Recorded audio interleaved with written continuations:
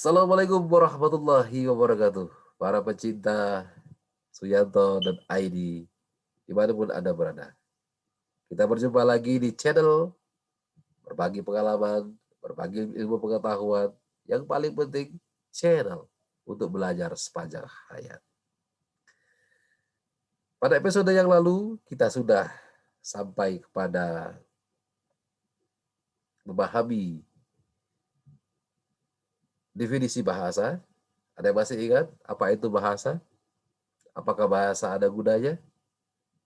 Bagaimana bahasa itu bisa berguna?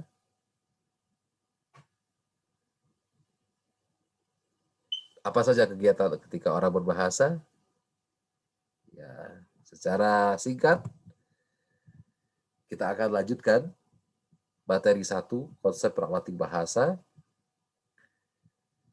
Pada episode pertama sudah saya sampaikan bahwa bahasa itu adalah kalimat, berbahasa adalah memproduksi dan menerima kalimat.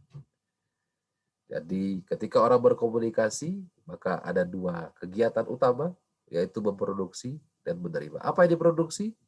Kalimat. Apa yang diterima? Kalimat. Jadi ketika orang berkomunikasi, maka secara sederhana mereka hanya memproduksi dan menerima kalimat. Nah, agar keterangan saya ini bisa dipahami eh, lebih nyata, bukan mengawang-awang, mari kita lihat dulu contoh. Karena kalau tanpa contoh, bagaimana orang bisa yakin bahwa bahasa itu tidak ada gunanya. Nah, mari kita lihat. Agar lebih yakin, kita lihat dulu mana di antara A dan B yang berguna. A atau B? Ya, betul. Yang B yang berguna. Kenapa B yang berguna? Karena B itu adalah mempunyai fungsi pragmatis. Ya kan? Maksudnya adalah bahwa seseorang itu mengatakan sesuatu kepada orang lain, misalnya menyuruh orang lain itu pergi. Dalam kalimat nyata, B itu disebut dengan kalimat perintah. Pergi!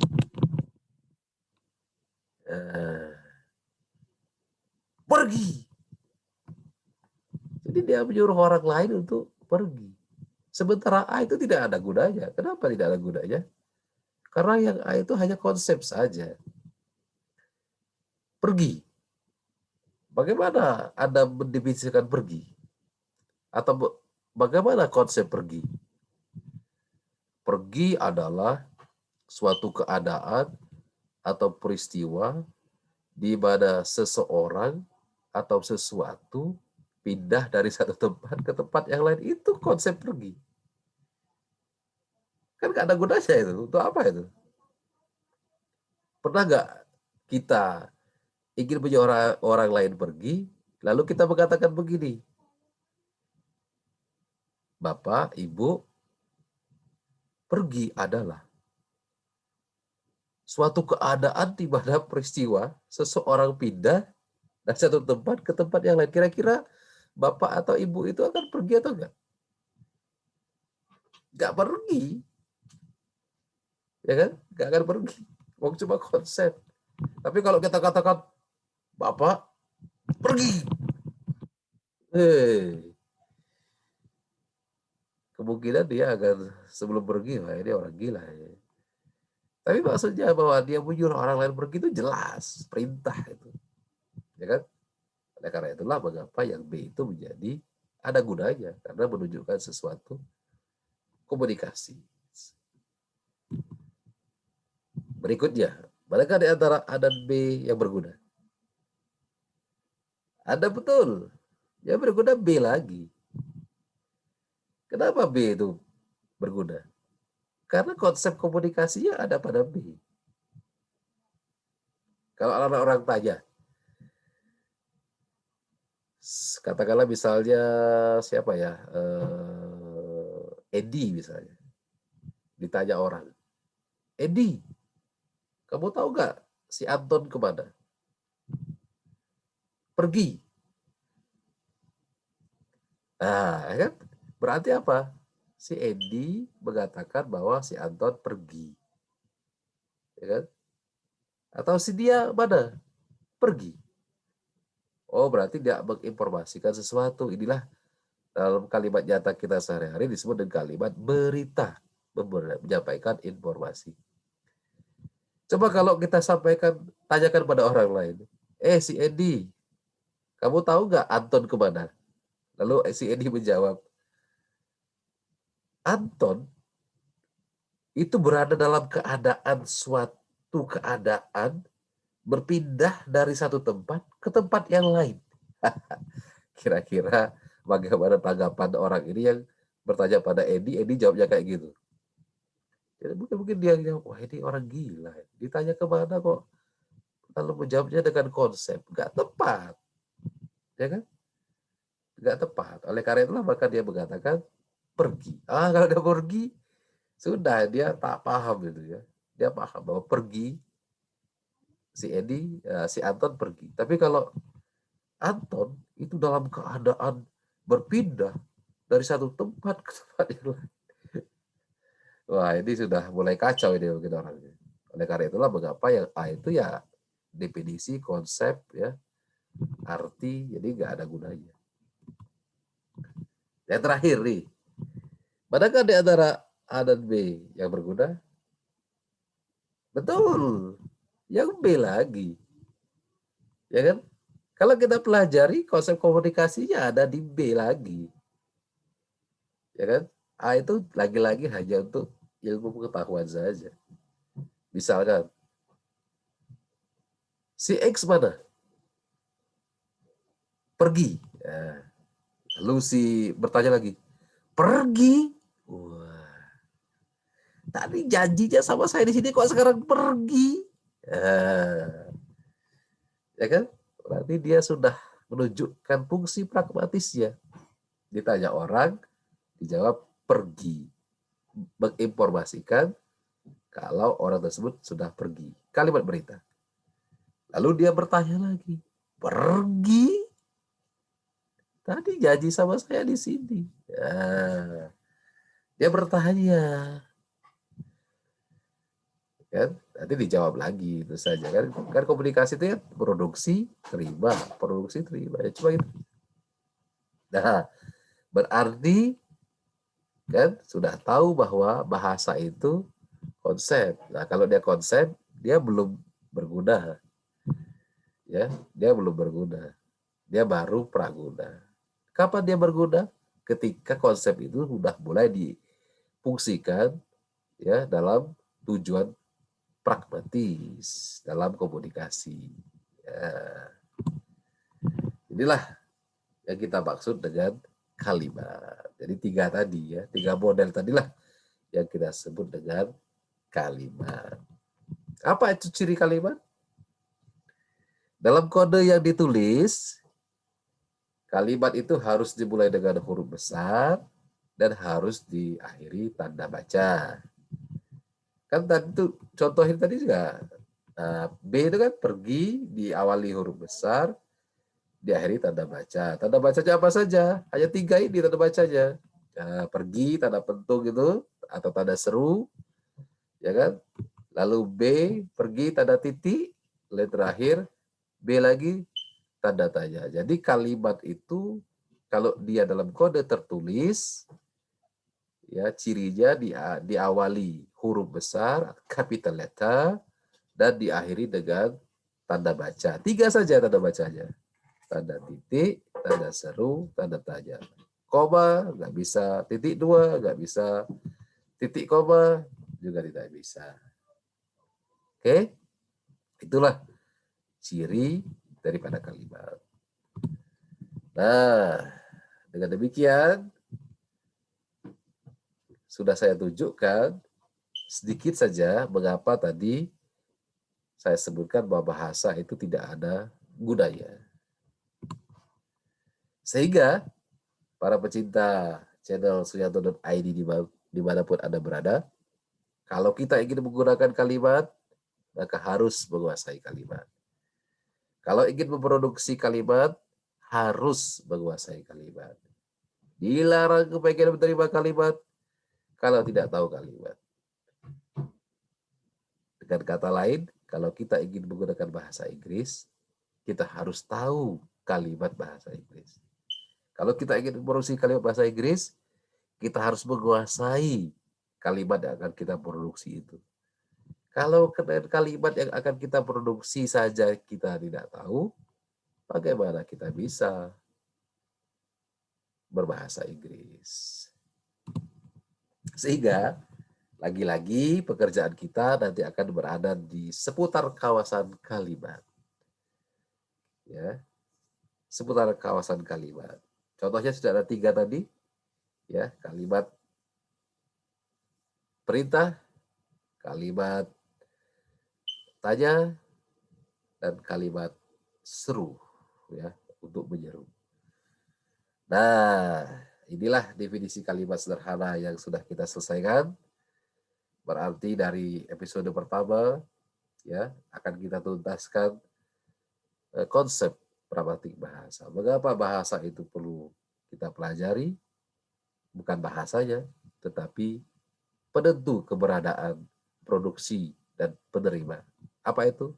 Kalimat. Pertanyaannya kemudian adalah, bagaimana dengan bahasa Inggris? Seperti apa bahasa Inggris itu kalau ditinjau dari konsep kalimat yang akan diterima atau diproduksi? Nah, ini menarik.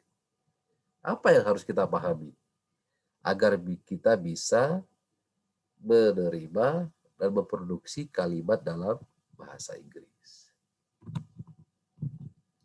Saya tanyakan dulu, apakah saudara-saudara semua, Bapak, Ibu, adik-adik, siapa saja pencinta channel suyanto.id dimanapun Anda berada, apakah saudara-saudara sudah bisa memproduksi kalimat? Saya yakin sudah bisa. Menerima kalimat? Saya yakin juga tiap hari kita menerima kalimat. Secara tertulis, ya, minimal tulis WhatsApp, tulis pesan, lisan, saya kira iya juga, menelpon, berbicara, mengajar, berkomunikasi, bertanya. Saya kira hampir tiap hari, bukan hampir tiap hari kita sudah melakukan itu semua. Tetapi mungkin bagi sebagian besar kalimat yang diproduksi dan diterima bahasa Indonesia atau bahasa daerah. Mungkin sebagian kecil yang bisa memproduksi dan menerima kalimat dalam bahasa Inggris. Oleh karena itulah maka pertanyaan kita sekarang menjawab pertanyaan di episode pertama yang lalu. Bisakah kemampuan kita dalam memproduksi dan menerima kalimat dalam bahasa Indonesia atau bahasa daerah itu dijadikan modal untuk mengembangkan kemampuan memproduksi dan menerima kalimat dalam bahasa Inggris? Jawabnya, bisa enggak? M150 bisa. Harus yakin bahwa kemampuan kita sudah bisa berbahasa Indonesia atau berbahasa daerah, bisa kita jadikan modal untuk kita bisa berbahasa Inggris. Kalau bisa lalu bagaimana? Ya, tenang. Kita akan menggunakan alat. Ya. Apa alatnya? Oke. Sederhana saja. Alatnya kita beri nama mesin penginggris. Wah, ini mesin penginggris. Bagaimana cara kerjanya? Cara kerjanya adalah nanti masukannya adalah apa namanya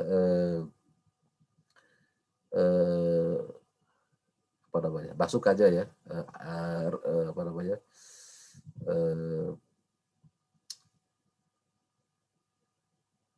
masuk aja adalah kalimat bahasa Indonesia atau bahasa daerah, lalu kita masukkan ke mesin penginggris, kemudian keluarannya adalah kalimat bahasa Inggris. Nah, nanti kalau kita sudah mahir, kita balik.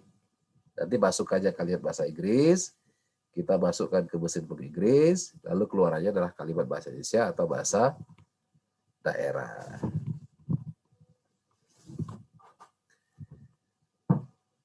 Bapak, Ibu, saudara-saudara, adik-adik tidak usah khawatir, karena saya akan memberikan mesin penginggris ini kepada semuanya satu-satu. Jadi setiap orang akan mendapatkan satu buah mesin penginggris. Nanti akan dipasang di kepala, di otak, di pikiran kita masing-masing.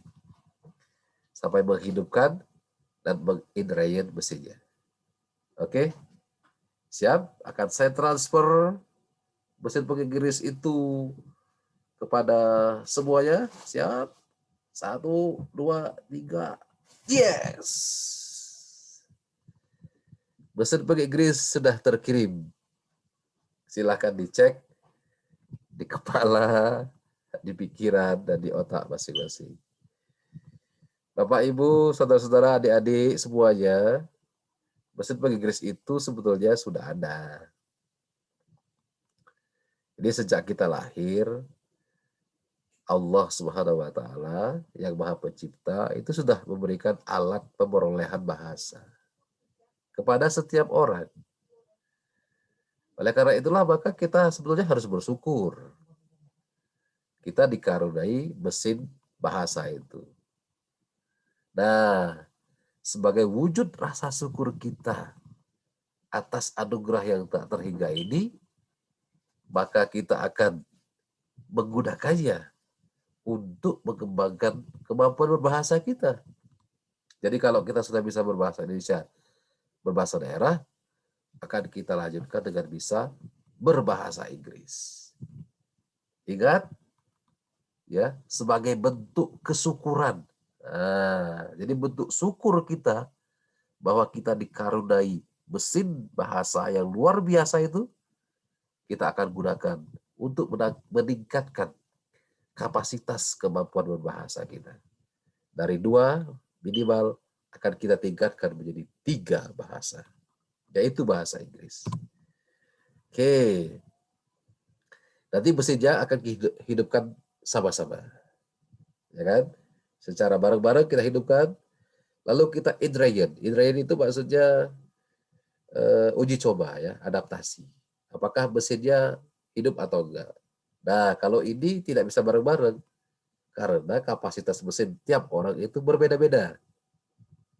Mungkin ada yang mesinnya masih baru, masih grass, atau mungkin ada yang sudah lepas bautnya satu, atau mungkin ada yang mesinnya sudah sering terpakai sehingga jalannya lambat dan seterusnya dan seterusnya. Oleh karena itu maka akan kita uji coba per orang. Nah, setiap orang nanti silakan untuk menguji cobakan mesinnya itu sampai sejauh mana dia bisa digunakan.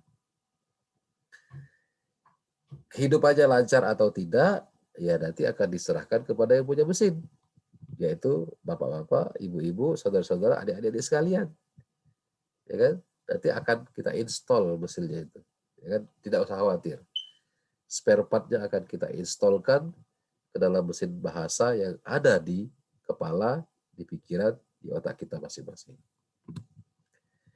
Setelah itu, terserah Bapak Ibu sekalian, adik-adik, saudara-saudara, bagaimana cara merawatnya? Apakah diberi bahan bakar, diservis, diuji coba, dijalankan, atau mungkin didiamkan dan kembali mati. Ya, itu terserah yang punya mesin. Saya hanya mengantarkan bagaimana caranya menghidupkan mesin, bagaimana mengoperasionalkan mesin, sehingga mesinnya bisa bekerja dengan baik. Tentu saja nanti akan saya berikan modal agar mesinnya itu bisa hidup terus, ya, akan kita gunakan terus, akan kita produksi terus kalimat bahasa Inggris, akan kita terima kalimat bahasa Inggris, sehingga semakin lancar, tepat, cermat. Semakin lancar, semakin tepat, semakin cermat, semakin cepat pula Bapak, Ibu, saudara-saudara, adik-adik sekalian bisa berbahasa Inggris. Jadi kuncinya semakin lancar, semakin tepat, semakin cermat kerja mesin, semakin cepat pula kita bisa berbahasa Inggris. Oleh karena itulah maka pesan garis bawahnya, pesan yang perlu digarisbawahi adalah mempelajari bahasa Inggris dengan metode Formula 33 ini sebetulnya hanyalah masalah prestasi. Masalah mau atau tidak saja. Bukan masalah kemampuan. Kalau kemampuan saya yakin setiap orang punya kemampuan yang sama. Tetapi mampu saja belum cukup. Mampu tapi tidak mau, sama saja nggak ada hasilnya. Kalau dia tidak tahu, nanti akan diberitahu. Kalau dia belum bisa, nanti kita latih supaya bisa. Tetapi kalau tidak mau diapakan? Tidak bisa kita apa-apakan. Karena kemauan itu adalah hak prerogatif yang punya mesin. Ingat, tidak ada yang bisa menggerakkan mesin bahasanya itu kecuali dirinya sendiri. Tidak ada yang bisa menggerakkan kemauannya kecuali dirinya sendiri. Oke, jadi episode 1 dan 2 sudah kita tuntaskan konsep pragmatik bahasa, ya kan? Nanti pada episode ketiga kita akan lanjutkan dengan langkah 1. Karena untuk menghidupkan mesin Inggris yang kita punya itu hanya membutuhkan 3 langkah saja. 3 langkah saja ya. 3 langkah saja. Nanti pada episode keempat akan saya jelaskan langkah yang pertama. Jadi kita belajar step by step ya. Satu demi satu ya. Slowly but sure. Kita agak lambat sedikit, tapi logikanya masuk, pahamnya ada, sehingga nanti kita bisa, ketika sudah produksinya bisa cepat. Karena apa? Karena dari awal kita sudah paham konsepnya. Baik, oleh karena itu, maka kita akan ketemu lagi di episode yang ketiga. Nantikan, jangan terlewat, karena kalau ada lewat maka tidak bisa ya memahaminya dengan baik. Oleh karena itulah maka kita akan ketemu lagi pada episode berikutnya, di episode yang ketiga. Lebih kurang mohon maaf. Billahi taufiq wal hidayah. Wassalamualaikum warahmatullahi wabarakatuh.